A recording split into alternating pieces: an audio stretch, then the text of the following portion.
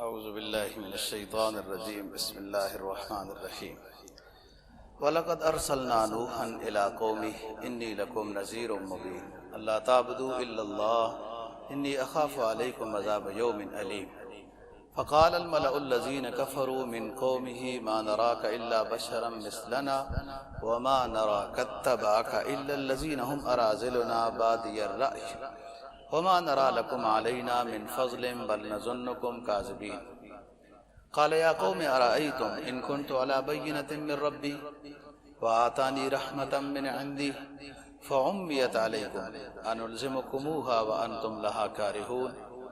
ويا قوم لا أسألكم عليه مالا إن أجري إلا على الله وما أنا بطارد الذين آمنوا إنهم ملاقو ربهم ولكني أراكم قوما تجهلون وَيَا قَوْمِ مَنْ يَنْصُرُنِي مِنَ اللَّهِ إِنْ طَرَدتُّهُمْ أَفَلَا تَذَكَّرُونَ وَلَا أَقُولُ لَكُمْ عِنْدِي خَزَائِنُ اللَّهِ وَلَا أَعْلَمُ الْغَيْبَ وَلَا أَقُولُ إِنِّي مَلَكٌ وَلَا أَقُولُ لِلَّذِينَ تَزْدَرِي أَعْيُنُكُمْ لَنْ يُؤْتِيَهُمُ اللَّهُ خَيْرًا اللَّهُ أَعْلَمُ بِمَا فِي أَنفُسِهِمْ إِنِّي إِذًا لَّمِنَ الظَّالِمِينَ قالوا يا نوح قد جادلتنا فأكثرت جدالنا فأتنا بما تعدنا إن كنت من الصادقين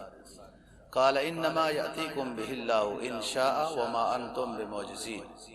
ولا ينفعكم نصحي إن أردت أن أنصح لكم إن كان الله يريد أن يغويكم هو ربكم وإليه ترجعون أم يقولون افتراه قل إن افتريته فعلي إجرامي وَأَنَا بَرِيءٌ مِّمَّا تُجْرِمُونَ صدق اللہ العظیم وَلَقَدْ أَرْسَلْنَا نُوحًا إِلَىٰ قَوْمِهِ إِنِّي لَكُمْ نَذِيرٌ مُّبِينٌ اور البتہ تحقیق ہم نے نوح علیہ السلام کو اپنا پیغمبر بنا کر بھیجا ہے ان کی اپنی قوم کی طرف اور اس نے اپنی قوم کو یہ بات کہی کہ انی لکم نذیر مبین میں تمہارے لیے واضح اللہ کی طرف سے ڈرانے والا ہوں اور مین مرکزی بات یہ ہے کہ تم نہ عبادت کرو مگر صرف اللہ ہی کی اگر تم شرک سے باز نہیں آتے ہو تو میں تمہارے اوپر ایک دردناک دن کے عذاب سے ڈرتا ہوں قال الملأ الذین کفروا من قومی کہا قوم کے لوگوں نے جنہوں نے کفر کیا کہ ما نراک الا بشرا مثلنا اے نوح ہم تو آپ کو اپنے جیسا بشر سمجھتے ہیں وما نراک اتبعک الا الذین هم اراذلنا بادی الرأی اور ہم نہیں دیکھتے ہیں آپ کے پیروکاروں کو مگر وہ ہم میں سے گھٹیا لوگ ہیں جنہوں نے آپ پر ایمان لایا ہے وَمَا نَرَى لَكُمْ عَلَيْنَا مِنْ فَضْلٍ اور ہم آپ کو اپنے اوپر کوئی فضیلت والا نہیں دیکھتے بل نَظُنُّكُمْ كَاذِبِينَ علیہ باللہ کہنے لگے کہ ہم تم سب کو جھوٹا سمجھتے ہیں نوح علیہ السلام نے جواب میں کہا یا قوم ارأیتم ان کنت علی بینۃ من ربی وآتانی رحمۃ من عندی کہ تم ذرا یہ تو دیکھو کہ اگر میں اپنے رب کی طرف سے واضح دلیل پر ہوں اور اللہ کی طرف سے میرے اوپر خصوصی عنایت اور رحمت ہے نبوت کی صورت میں فعمیت علیکم تمہارے اوپر یہ اوجھل کر دی گئی ہے تمہیں نظر نہیں آتی انلزمکموہا میں اس کو تمہارے اوپر یعنی حق کو انڈیل دوں اس حال میں کہ تم حق کو ناپسند کرنے والے ہو میری بات سنو یا قوم لا اسألکم علیہ مالا میں تم سے کوئی مال کا سوال نہیں کر رہا میری اجرت اللہ کے ذمہ ہے اور تم جو کہتے ہو کہ گھٹیا لوگوں نے ایمان لایا ہے ما انا بطارد الذین آمنوا میں ان لوگوں کو اپنے پاس سے نہیں دور کروں گا جنہوں نے ایمان لایا ہے انہم ملاقو ربہم یہ اپنے رب سے ملنے والے ہیں ولکنی اراکم قوما تجہلون لیکن میں تمہیں ایک جاہل قوم دیکھ رہا ہوں وَيَا قَوْمِ مَنْ يَنْصُرُنِي مِنَ اللَّهِ إِنْ طَرَدتُّهُمْ اگر میں ان ایمان والوں کو غریب لوگوں کو اپنے پاس سے ہٹا دوں تو اللہ کے عذاب سے مجھے کون بچائے گا کیا تم یہ سمجھتے نہیں ہو رہی بات کہ میں خود بھی غریب ہوں میرے ماننے والے بھی غریب لا اقول لکم عندی خزائن اللہ میں نے کب کہا ہے کہ میرے پاس اللہ کے خزانے ہیں یا میں غیب جانتا ہوں نہ میں غیب جانتا ہوں نہ میرے پاس اللہ کے خزانے ہیں نہ میں فرشتہ ہوں ولا اقول للذین تزدری اعینکم اور جو میرے ایمان لانے والے ہیں میں ان کے لیے ہرگز یہ نہیں کہتا ہوں کہ تمہارے لیے اللہ نے خیر نہیں بھیجی اللہ جانتا ہے ان کے دلوں کو اگر میں اپنے ماننے والوں کو اپنے سے ہٹا دوں دور کر دوں کہ یہ غریب لوگ ہیں تو میں ظالموں میں سے ہو جاؤں گا قالوا یا نوح قوم آگے سے کہنے لگی کہ اے نوح قد جادلتنا فاکثرت جدالنا آپ ہمارے ساتھ جھگڑا کرتے ہیں اور آپ نے حد کر دی ہے ہمارے ساتھ جھگڑا کرنے میں، مطلب نبی کے سمجھانے کو وہ جھگڑا سمجھتے ہیں۔ فَأْتِنَا بِمَا تَعِدُنَا إِن كُنتَ مِنَ الصَّادِقِينَ، آپ لے آئیں ہمارے پاس جس چیز سے آپ ہمیں وعدہ دلاتے رہتے ہیں کہ عذاب آ جائے گا، اگر آپ سچے ہیں تو لے آئیں عذاب۔ نوح علیہ السلام نے کہا انما یأتیکم بہ اللہ ان شاء، میرا رب جب چاہے گا عذاب لے آئے گا اور تم پھر بچ نہیں سکو گے۔ ولا ينفعكم نصحي ان اردت ان انصح لكم ان كان الله يريد ان يغويكم، میں اگر تمہاری خیرخواہی چاہوں تو میری خیرخواہی اور بھلائی تمہیں فائدہ نہیں دے گی، جبکہ اللہ نے یہ فیصلہ کر لیا ہو کہ وہ تمہیں گمراہ کرے گا، وہ تمہارا رب ہے، اسی کی طرف تم سب کو لوٹایا جائے گا۔ قوم کہنے لگی افطرا، یہ جو باتیں نواز و نصیحت کی، توحید کی یہ کرتے ہیں نوح علیہ السلام، انہوں نے اپنی طرف سے گھڑ لی ہیں، جیسے کل بھی یہ سبق میں بات ہوئی۔ نوح علیہ السلام نے جواب دیا ان افتریتہ فعلی اجرامی، اگر میں اپنی طرف سے گھڑ لیتا ہوں تو اس کا جرم میرے اوپر ہے اور میں تمہارے اعمال سے بری ہوں۔ یہ حضرت نوح علیہ السلام کی اس پورے رکوع میں بات، ابتدائی بات ذکر ہوئی ہے، اور کل والے سبق میں نوح علیہ السلام کی قوم کے اوپر جو عذاب آیا ہے اس کا ذکر ہوگا انشاءاللہ اگلے ہفتے میں۔ نوح علیہ السلام اللہ تعالیٰ کے جلیل القدر پیغمبر گزرے ہیں، ان کو آدم ثانی کا بھی لقب ملا کہ جب طوفان نوح آیا تھا تو صرف 84 بندے بچے تھے، 84 میں 4 ان کے بیٹے تھے، اور وہ 80 بھی پھر آہستہ آہستہ فوت ہو گئے۔ نسل انسانی جو دنیا میں دوبارہ پھیلی ہے تو وہ نوح علیہ السلام کے 4 بیٹوں سے، حافظ، یافس وغیرہ، کسی سے یہ افریقی لوگ ہیں کالے، کسی سے دوسرے، ایک ہے جس سے یاجوج ماجوج ہے،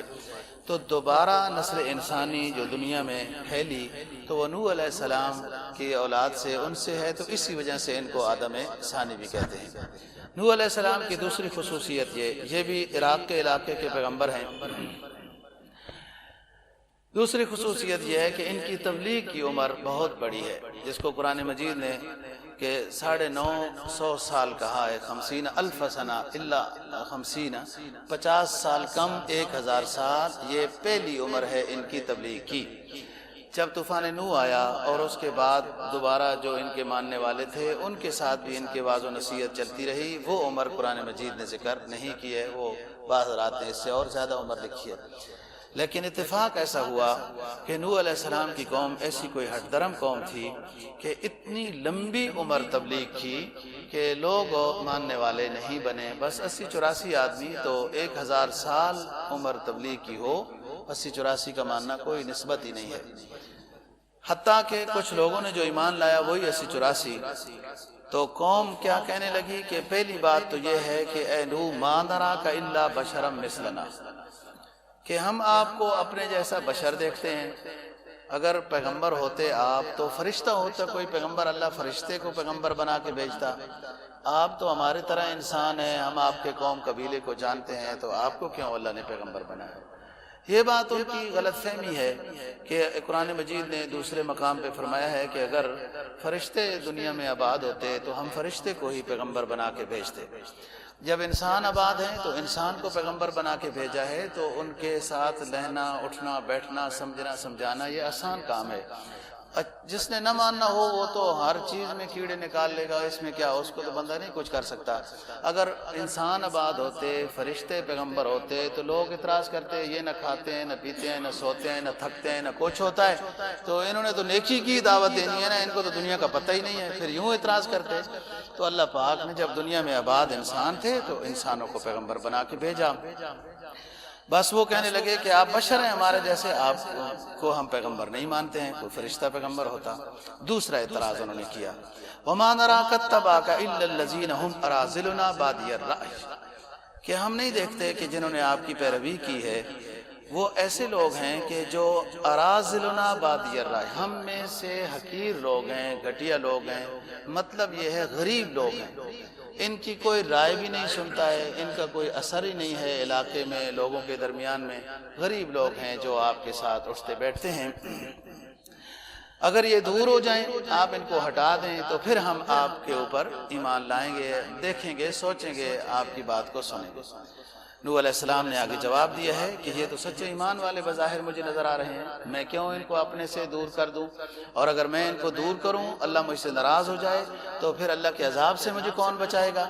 بات یہ ہے کہ شروع سے ہی لوگ اسلام کے قریب غریب آئے ہیں تو انہوں نے ایمان کو قبول کیا ہے، میں ان کو اپنے سے دور نہیں کرتا ہوں۔ اور ایک سمجھ کی بات ہے کہ ایک چیز ہے جو انسان کو یقینی طور پر حاصل ہے اور ایک کا حصول توہم کے درجے میں ہے۔ یہ جو غریب لوگ ایمان لا چکے ہیں ان کا ایمان لانا تو بالفعل ہو چکا ہے، یقینی مومن ہیں۔ ان یقینی ایمان والوں کو میں اپنے سے دور کر دوں، اور جو وہم ہے مجھے خیال ہے کہ پھر اس کے بعد یہ مالدار لوگ ایمان لے آئیں گے، اس وہم کو حاصل کرنے کے لیے یقین کو دور کرنا یہ کیسے عقل مندی کی بات ہے۔ میں ان کو دور نہیں کرتا ہوں، آپ لوگوں کی مرضی ہے ایمان لاتے ہو یا نہیں۔ بہرحال ایمان لانے کے لیے یہ شرط بھی تو غلط شرط ہے، اور یہ اصل میں جو مادہ پرور لوگ ہیں جن کو صرف دنیا ہی دنیا نظر آتی ہے، ان کے نزدیک اعلیٰ اور ادنا کے پہچاننے کا معیار ہی دنیا ہے۔ اللہ کے ہاں یہ نہیں ہے، اللہ کے ہاں تو یہ ان اکرمکم عند اللہ اتقاکم۔ کوئی غریب ہے، اس کے پھٹے پرانے کپڑے ہیں، کس طریقے سے اس کا دل مضبوط ہے، ایمان والا ہے، منور ہے، وہ اللہ کے ہاں قیمتی ہے۔ اور جو بہت مالدار ہے لیکن دل کے لحاظ سے وہ ایمان والا نہیں ہے، اللہ کا باغی ہے، تو اللہ کے ہاں تو اس کی کوئی حیثیت نہیں ہے۔ لیکن اہل دنیا وہ معیار پہچاننے کا اس کے نزدیک اپنا ہے کہ جو بہت اونچے لوگ ہیں، مالدار ہیں، وہ اچھے لوگ ہیں، اور جو غریب لوگ ہیں گویا کہ وہ گھٹیا لوگ ہیں۔ یہ غلط نظریہ ہے۔ آپ کے سامنے مشہور بات ہے نبی پاک صلی اللہ علیہ وسلم کی معراج کی، کہ حضرت بلال کی جو جنت میں مشہور حدیث ہے کہ جوتیوں کی آواز آ رہی تھی، وہ جوتیوں کی آواز بلال کی مالداری کی وجہ سے آ رہی تھی۔ وہ بہت بڑے سردار تھے مکہ کے، اس لیے ان کی جوتیوں کی آواز جنت میں آ رہی تھی۔ ان کے دل میں تقویٰ تھا، ایمان تھا، نبی کی محبت تھی، اس لیے جنت میں ان کی جوتیوں کی آواز۔ اللہ کے ہاں مقام معیار ان اکرمکم عند اللہ اتقاکم۔ تو نوح علیہ السلام نے ان کو کہا میں ان کو نہیں ہٹاؤں گا، تم ایسی ہی باتیں کرتے ہو۔ تو پھر نوح علیہ السلام کو والعیاذ باللہ کہنے لگے بل نظنکم کاذبین، ہم تو تجھے پھر والعیاذ باللہ جھوٹا سمجھتے ہیں، غلط باتیں۔ قال یا قوم ارأیتم ان کنت علی بینۃ من ربی وآتانی رحمۃ من عندی، دیکھو میں اللہ کی طرف سے ایک واضح دلیل پر ہوں، اللہ کا پیغمبر ہوں، اللہ نے مجھے نبی بنایا ہے، اب تمہیں میں نظر نہیں آتا ہوں، تمہارے اندر وہ نظر نہیں ہے کہ جو مجھے پہچان سکو، تو میں کیسے تمہارے اندر حق کو گھسیڑ دوں؟ انلزمکموہا وانتم لہا کارہون، کیسے میں تمہارے اوپر حق کو انڈیل دوں کہ جب تم ناپسند کرتے ہو؟ غرض طلب کی نظر سے دیکھو، میں تم سے مال و دولت کا سوال نہیں کرتا ہوں، میرا اجرت اللہ کے ذمہ ہے، اور نہ میں اپنے ایمان والے جو ساتھی ہیں ان کو اپنے سے دور کروں گا، اگر دور کروں تو اللہ مجھ سے ناراض ہو جائے۔ من ینصرنی من اللہ ان طردتہم افلا تذکرون، رہی بات جو میرے قریب آنا چاہے تو میں بھی غریب ہوں، یہ بھی غریب ہیں، میرے قریب جو آنا چاہے تو اسے کوئی لالچ میں دے کے نہیں لا رہا ہوں، میرے پاس نہ خزانے ہیں، نہ میں عالم الغیب ہوں، نہ میں فرشتہ ہوں، نہ میں ان ایمان والے جو کمزور لوگ ہیں ان کو دور کروں گا۔ اگر اسی طریقے سے ان باتوں کے سامنے رکھتے ہوئے تمہیں حق بات سمجھ میں آتی ہے، میرے قریب آؤ، ایمان لے آؤ، کوئی خزانے وغیرہ اس طرح کی کوئی لالچ نہیں۔ ایمان کی طرف آنے کے لیے لالچ صرف اللہ کی رضا اور آخرت کی کامیابی ہونی چاہیے۔ جو شخص اس نیت سے اسلام کے قریب آتا ہے اللہ ضائع نہیں کرتا، اسے عزت کی زندگی دنیا میں بھی سکون کی زندگی عطا کرتا ہے، آخرت کے اعتبار سے تو یقیناً سکون ہے۔ لیکن اسلام کو قبول کرنے کے لیے، نیکی کو بجا لانے کے لیے، تقوی اور طہارت اور اتباع سنت کی زندگی کے لیے ایک مومن کی نیت اور تمنا اور لالچ یہ ہونی چاہیے کہ مجھ سے میرا رب راضی ہو جائے، میری آخرت سنور جائے۔ یقیناً اللہ پاک ایسے بندے کو دنیا میں بھی ضائع نہیں کرتا اور ہر طرح کے سکون۔ قرآن کا اعلان ہے من عمل صالحا من ذکر او انثی وهو مؤمن فلنحيينه حیاتا طیبہ۔ تمام مفسرین نے حیات طیبہ سے لکھا ہے دنیا کی زندگی کو ہم پرسکون بنا دیتے ہیں۔ وَلَنَجْزِيَنَّهُمْ أَجْرَهُمْ بِأَحْسَنِ بما كانوا يعملون، اور آخرت کے اعتبار سے اس کو ان نیکیوں سے کہیں زیادہ اجر دیں گے جو اس نے نیک اعمال کیے ہیں۔ تو جو شخص نیک ہوتا ہے اس کی نیت تو یہ ہو کہ اللہ راضی ہو جائے، میری آخرت سنور جائے، وہ دائمی زندگی ہے، یہ عارضی پیریڈ ہے، لیکن اللہ اس کو دنیا میں بھی نوازتا ہے۔ امتحان کی گھڑیاں ضرور ہوتی ہیں، اور یہ اللہ کا نظام ہے کہ امتحانی مرحلے سے انبیاء علیہ السلام بھی گزرتے ہیں۔ سرکار دو جہاں صلی اللہ علیہ وسلم کا فرمان ہے کہ اشد البلائے، سب سے زیادہ مصائب الانبیاء ثم الامثل فالامثل فالامثل، جس کا جتنا ایمان ہے اس کے مطابق اس کے اوپر آزمائشیں آتی ہیں۔ سب سے زیادہ آزمائشیں انبیاء علیہ السلام پر آئی ہیں۔ فرمایا کہ میں نہیں جانتا ان لوگوں کے دلوں میں کیا ہے، بظاہر یہ ایمان لا چکے ہیں، ان کو میں اپنے سے اگر دور کر دوں انی اذا لمن الظالمین، تو میں ظالم ہو جاؤں گا۔ لوگ کہنے لگے آپ ہمارے ساتھ جھگڑا کرتے ہیں، نصیحت کی بات کو بھی لوگ جھگڑا سمجھتے ہیں۔ آپ نوح ہمارے ساتھ جھگڑا کر چکے ہیں حد سے زیادہ، بس آپ ہمیں عذاب سے ڈراتے رہتے ہیں، تو عذاب لے آئیں۔ نوح علیہ السلام نے کہا دیکھو عذاب آ جائے گا، تمہیں کوئی نہیں بچا سکے گا، اور میں بھی اگر تمہارا خیر خواہ بن جاؤں کہ عذاب سے بچانا چاہوں، لیکن اللہ کی طرف سے اگر فیصلہ عذاب کا ہو جائے گا تو میں بھی نہیں بچا سکوں گا۔ کہنے لگے یہ ساری باتیں اپنی طرف سے گھڑ کے لاتا ہے۔ تو نوح علیہ السلام نے جواب میں کہا ان افتریتہ فعلی اجرامی، اگر میں گھڑ کے اپنی طرف سے بتاتا ہوں تم کو باتیں تو اس کا جرم پھر میرے اوپر ہی ہے، اور تم جو اعمال بد کرتے ہو اس کا جرم تمہارے اوپر ہے۔ آئندہ کے سبق میں جو نوح علیہ السلام کی قوم پر عذاب آیا اس کا ذکر ہے۔ اللہ سمجھ نصیب۔